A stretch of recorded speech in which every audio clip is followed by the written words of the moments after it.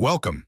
Today, we're unraveling one of the most persistent and scandalous cold cases in British royal history, the death of Amy Robsart, wife of Robert Dudley, the man many believed held the heart of Queen Elizabeth I. Her demise on September 8, 1560, sent shockwaves through the Tudor court and could have destroyed a fledgling reign. The question echoes through centuries. What really happened at Cumnor Place?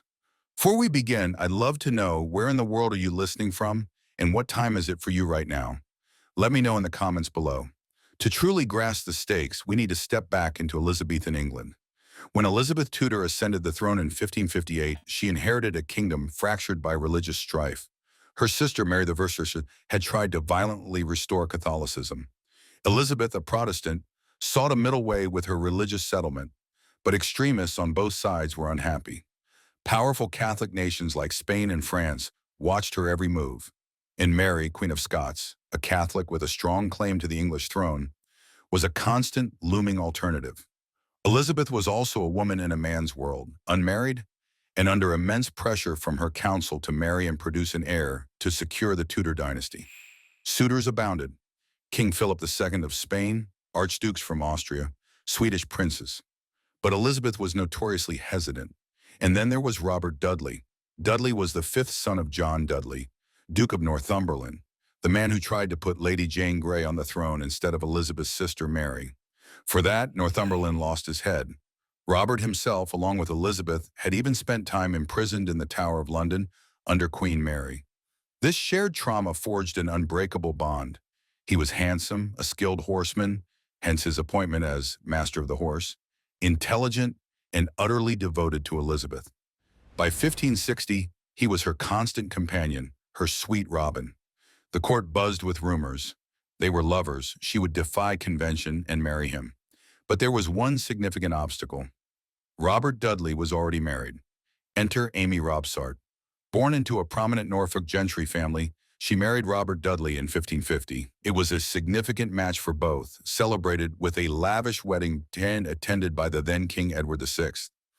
Early letters suggest affection between them. However, as Dudley's star rose with Elizabeth's succession, Amy's life became increasingly separate. While Robert glittered at court, Amy resided primarily in the countryside, managing estates. By 1560, she was living at Cumnor Place in Berkshire, a house leased by Anthony Forster, a friend and servant of Dudley. Accounts from the time suggest Amy was suffering from what was described as a malady in one of her breasts. Historians have speculated this could have been breast cancer, a painful and debilitating illness for which there was no effective treatment. This illness, combined with her husband's public intimacy with the Queen, must have cast a shadow over her life. Sunday, September 8, 1560, was the day of the local Abingdon Fair. According to later testimonies, Amy was insistent that her entire household, including her companion Mrs. Odingsells and the other gentlewomen, attend the fair. She even reportedly grew quite cross when some were reluctant to leave her alone. So the house fell quiet. Amy supposedly left to her own devices.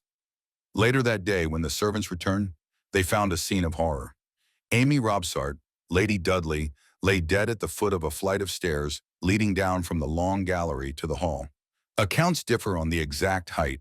Some say a pair of stairs, others 8, 10, or 12 steps. Her neck was broken, and she had 2 contusions on her head, described as a quarter of a thumb deep. News traveled fast, even in the 16th century. Robert Dudley was with Queen Elizabeth at Windsor when word reached him. He was, by all accounts, devastated, or at least he projected devastation. He immediately wrote to Thomas Blount, a kinsman, instructing him to go to Cumnor, ensure a thorough and impartial inquest was held, and to spare no expense in finding the truth. An inquest was indeed convened quickly. The coroner was a local man, and the jury consisted of 15 local gentlemen and yeomen of good standing. They examined the body, interviewed the servants who had been present at Cumnor Place, and viewed the scene. Dudley, through Blount, urged them to be diligent and even suggested Amy's own relatives be present to ensure fairness. The verdict, delivered about a week later, was accidental death. Misfortune only, they concluded. Amy had, by mischance, fallen down the stairs, breaking her neck. The head injuries were deemed consistent with such a fall. Case closed? Not by a long shot. For many, then and now, the verdict felt too neat, too convenient. Even before the inquest, the Spanish ambassador, Alvaro de la Cuadra, a man deeply suspicious of Elizabeth and her Protestant regime, was writing to his master, King Philip II of Spain. He reported that Dudley was telling people he was about to marry the Queen, and that Amy was very ill and would not live long, even suggesting they were thinking of poisoning her.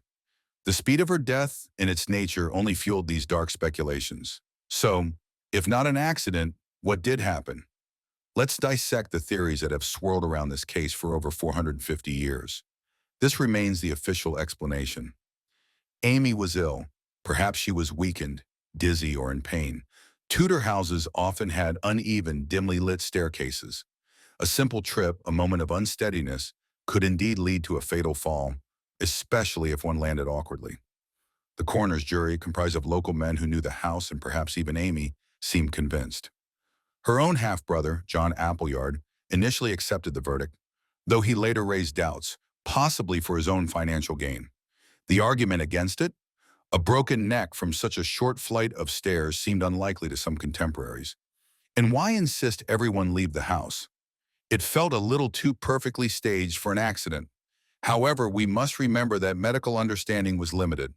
What seems suspicious to us might have been perfectly plausible then. If not an accident, could it have been self-inflicted? Consider Amy's situation, suffering from a painful illness, her husband publicly and intimately involved with the Queen, living in relative isolation. It's a recipe for despair. Some contemporaries, like William Cecil, Elizabeth's pragmatic Secretary of State, initially suspected suicide. It would explain her insistence on being alone. However, there are strong arguments against suicide. Firstly, the coroner specifically ruled it out. Secondly, suicide was a mortal sin in Tudor England, leading to a shameful burial and forfeiture of property. Amy was known as a devout woman. Would she risk eternal damnation? And physically, could she have thrown herself down the stairs with enough force to break her neck and inflict those specific head wounds? It's possible, but many find it less convincing than other theories. Which brings us to the most explosive theory, the one that could have brought down a queen. This is the stuff of historical thrillers. The motive is glaring. Remove Amy and Robert Dudley is free to marry Queen Elizabeth. He was ambitious, and this was the ultimate prize. The rumors of him wanting Amy dead, even by poison as de Quadra reported before her death, are damning. Did he hire assassins? Perhaps Sir Richard Verney, one of his men who was present at Cumnor around the time, to stage an accident? Verney's servant, according to a later, highly critical, impossibly biased tract called Leicester's Commonwealth, supposedly confessed on his deathbed to his involvement. And what of Elizabeth? Could she have known, or even tacitly approved? There's no concrete evidence, but her enemies certainly believed it. If she did know, it would be an act of staggering ruthlessness. However, Elizabeth was a shrewd politician. She knew that marrying Dudley after his wife died under such suspicious circumstances would be political suicide. The scandal alone was damaging enough. It effectively ended any realistic chance of them marrying, whether they were involved or not. For Elizabeth, the risk seems far greater than any potential reward. Dudley's actions after Amy's death are also complex. He seemed genuinely distraught in his letters to Blunt, urging a transparent investigation.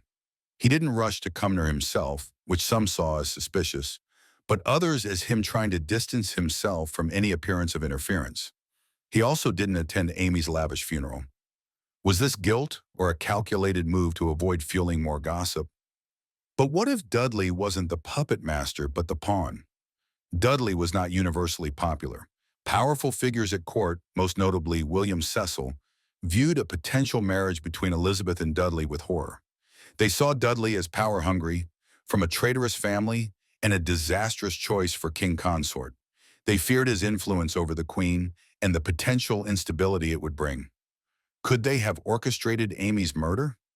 The goal? To frame Dudley, or at least make him so scandalous that Elizabeth could never marry him. It's a deeply cynical ploy, but Tudor politics were a brutal game of chess. If successful, it would remove Dudley as a serious contender and allow them to steer the Queen towards a more suitable, in their eyes, foreign match. This theory makes Dudley a victim of a political conspiracy rather than its perpetrator. The challenge here is the lack of direct evidence implicating Cecil or others, and the sheer risk involved if such a plot were uncovered. Regardless of the truth, Amy Robsart's death irrevocably changed things. The scandal clung to Dudley like a shroud. While he remained Elizabeth's closest confidant and a powerful figure at court for decades, later becoming Earl of Leicester, the prospect of marriage between them was forever tainted. Public opinion, fueled by their enemies, would never have accepted it. This event may have contributed to Elizabeth's eventual cultivation of her virgin queen image, married to her kingdom. Dudley eventually did remarry in 1578 to Lettice Knollys, Elizabeth's cousin. The queen was reportedly furious, feeling betrayed, a reaction that some say hinted at the depth of her feelings for him, or perhaps her possessiveness. Amy's ghost, in a way, always stood between them. The scandal was also a useful propaganda tool for Elizabeth's enemies abroad, painting her court as corrupt and immoral. The mystery of Amy Robsart's death has fascinated historians and writers for centuries. Sir Walter Scott's 19th century novel, Kenilworth, while highly romanticized and historically inaccurate in many details, cemented the image of Amy as a tragic victim of Dudley's ambition in popular culture. Modern historians have pored over the existing evidence, the coroner's report, though the original is lost, summaries exist, contemporary letters, ambassadorial dispatches. Some, like Chris Skidmore in Death and the Virgin, lean towards an accident, emphasizing Amy's illness, possibly cancer that had spread to her bones, making them brittle, and the plausibility of a fall. Others, like Sarah Griswold in Elizabethan Leicester, acknowledge the enduring ambiguity, but highlight how the perception of foul play was politically devastating. No new smoking gun has emerged. The fingerprints on this historical crime scene are too smudged by time and bias. So, was Amy Robsart's death a simple, tragic accident, a desperate act of suicide by a forgotten wife, or a calculated murder, orchestrated by an ambitious husband, his powerful rivals, or even with the silent consent of a queen fighting for her throne? The truth remains buried under layers of historical speculation and political maneuvering. What do you believe happened to Amy Robsart? Which theory seems most plausible to you, and why? Share your thoughts and insights in the comments below. I'd love to read them. And if you found this journey into Tudor England's darkest secrets intriguing, please give this video a thumbs up, subscribe for more deep dives into history's greatest mysteries, and ring that notification bell so you never miss an episode. Thanks for watching.